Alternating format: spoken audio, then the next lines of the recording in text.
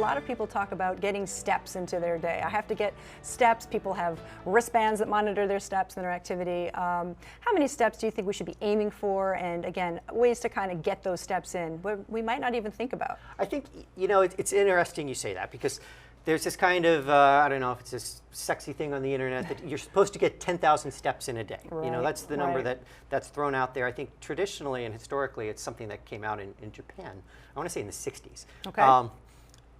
If you look at somebody who actually follows like the CDC's guideline of like exercising 30 minutes a day, those people typically get in 7,500 steps, which is a good amount. So, you know, I don't know if I'm not going to say, hey, you know what, you got to do 10,000, because that's a lot. But doing, you know, trying to get as much as you can, I think that's really what you got to do.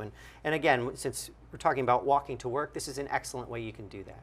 I mean, one other thing I would add is, if, you know, not necessarily if you can't walk to work, but what you can do is if you're driving to work, you can park in the far corner of the parking lot and walk. Right.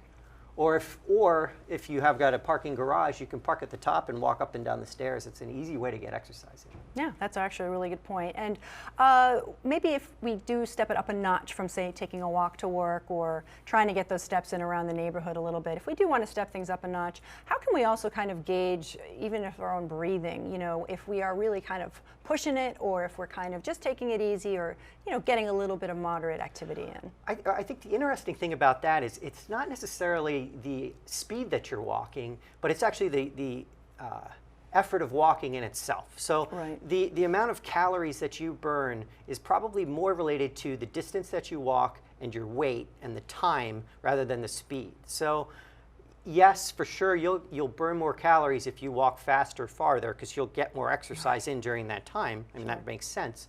But it shouldn't be something that holds you up from trying if you want to exercise. Okay.